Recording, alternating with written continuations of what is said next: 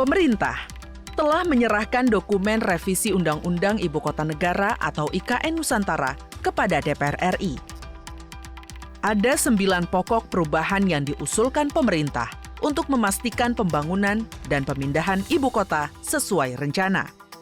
Dan sebagai jaminan keberlanjutan pembangunan IKN untuk meyakinkan para investor. Pemerintah menyebutkan ada 5 tahapan pembangunan IKN yang berlangsung hingga 2045. Di antaranya, pembangunan dan operasi infrastruktur dasar, pemindahan ASN termasuk TNI dan Polri, serta inisiasi sektor ekonomi prioritas. Pasca mendengar penjelasan pemerintah, Komisi 2 DPR RI langsung membentuk Panitia Kerja atau Panja untuk membahas revisi Undang-Undang IKN. Tidak berselang lama, Komisi 2 DPR RI mengunjungi lokasi IKN di Kabupaten Panajem Pasir Utara, Kalimantan Timur, untuk mengumpulkan informasi dan melihat langsung progres pembangunan IKN sebagai bekal membahas revisi Undang-Undang IKN. Saat ini, perkembangan konstruksi infrastruktur dasar IKN tahap 1 mencapai 38,1%.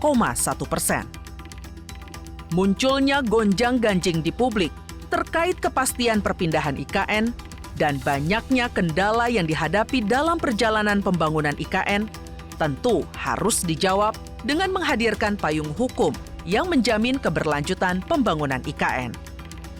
Revisi Undang-Undang IKN dinilai cukup realistis, namun harus tetap mengedepankan kehati-hatian dalam membahas 9 pokok yang diusulkan pemerintah, khususnya terkait pengelolaan keuangan dan investasi.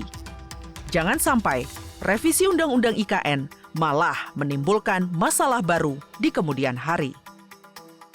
Makanya mereka jadi pengen Pemdasus, pemerintah daerah khusus. Kalau otorita kan mereka nggak berhak untuk ngambil uang. Mereka pengen menerbitkan surat hutang gitu loh, sukuk, sehingga pembiayaan itu menjadi seperti Pemda. Nah, tentu ini perlu hati-hati, jangan sampai membahayakan. Yang kedua, mereka ingin tadi menarik lebih banyak investasi.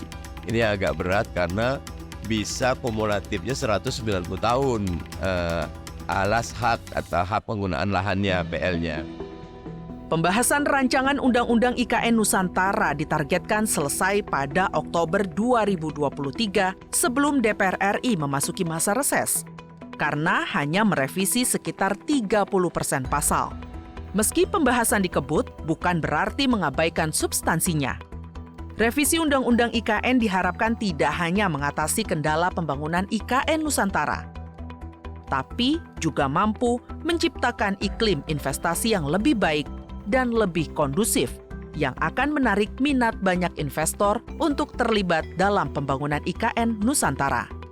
Di sisi lain, kebijakan insentif daerah perlu didorong dalam revisi Undang-Undang IKN agar tercipta pemerataan pembangunan di lokasi IKN sekaligus mengurangi ketergantungan pembangunan IKN Nusantara pada APBN.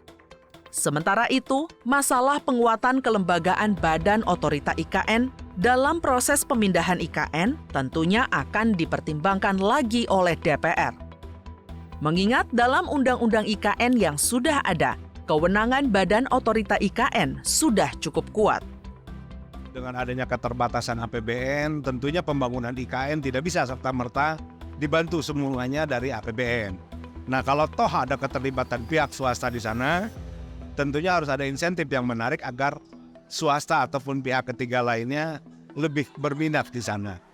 Harapan saya draft yang diajukan oleh pemerintah bisa kita bahas dalam panja, di mana di dalam panja nanti kami berharap pembahasan bisa lebih komprehensif agar IKN bisa diwujudkan dengan melibatkan sedikit mungkin anggaran dari APBN. Bagaimana supaya undang-undang ini bisa kemudian dilanjutkan dengan peraturan-peraturan turunan yang bisa menciptakan iklim investasi yang lebih kondusif, lebih baik untuk kemudian bisa mendatangkan investor ke dalam proses pembangunan IKN ini. Itu kira-kira.